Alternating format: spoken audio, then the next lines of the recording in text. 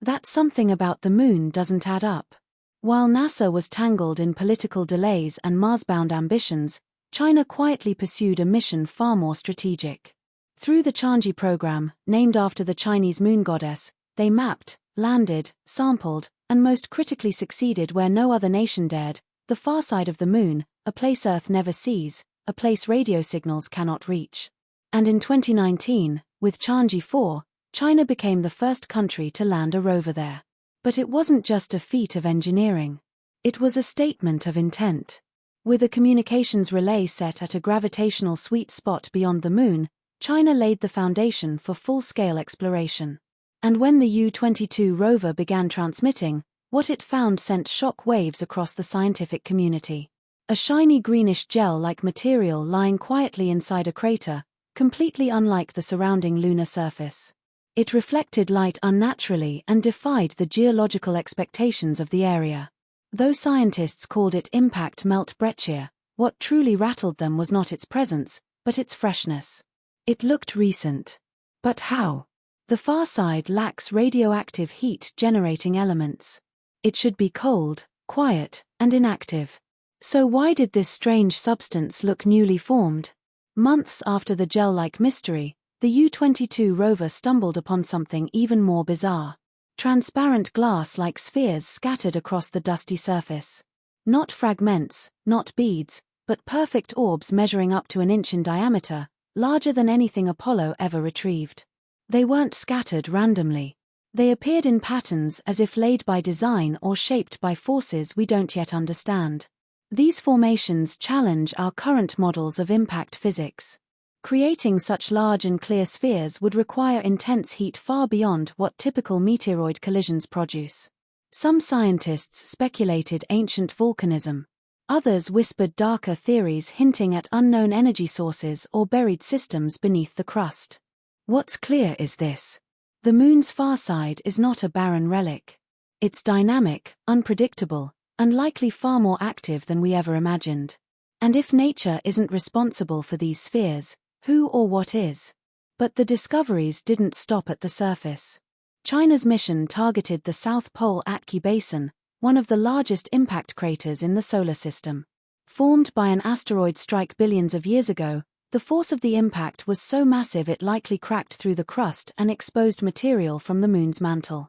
When samples from this region were returned by Changi 6 in 2024, what they contained shattered long-standing lunar theories. Scientists detected minerals like low-calcium pyroxene and olivine, direct evidence of the moon's deep interior, but their composition was off. They didn't match the models. The elements and ratios were fundamentally different from what geologists expected based on the moon's formation theory.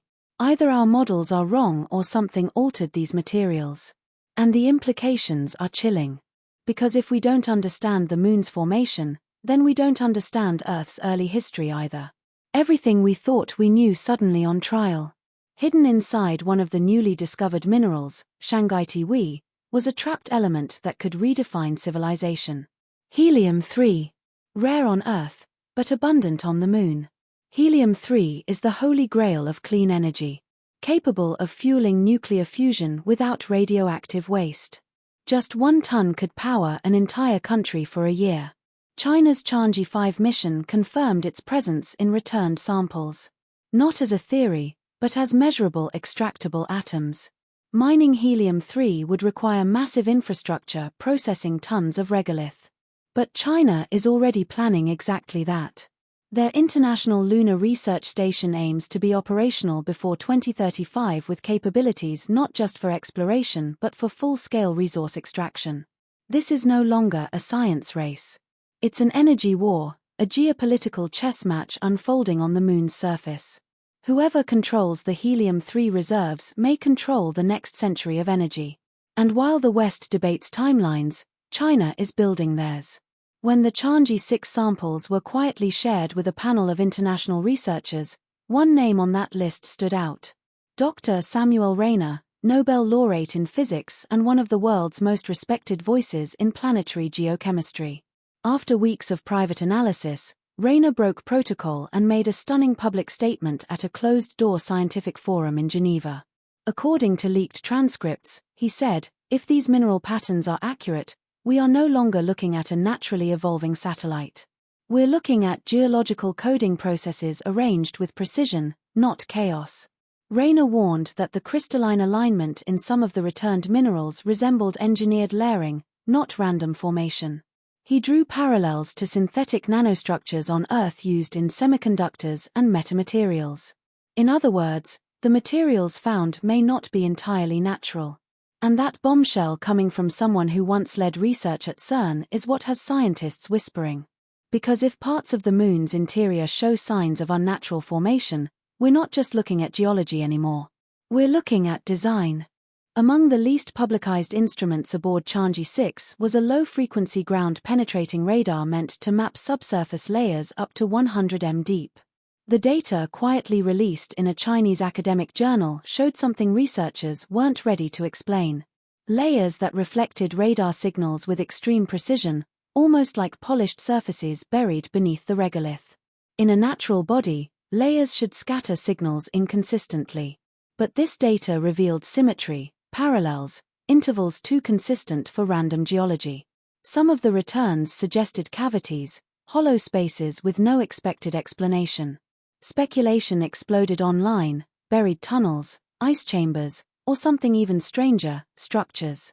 Of course, official reports denied any such thing, but the raw data remains, and analysts have started noticing something even more bizarre.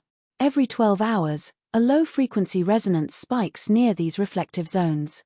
It's weak, barely noticeable, but it's there, repeating. And as one Chinese researcher anonymously noted, sometimes it's the regularity of a thing that makes it most unnatural.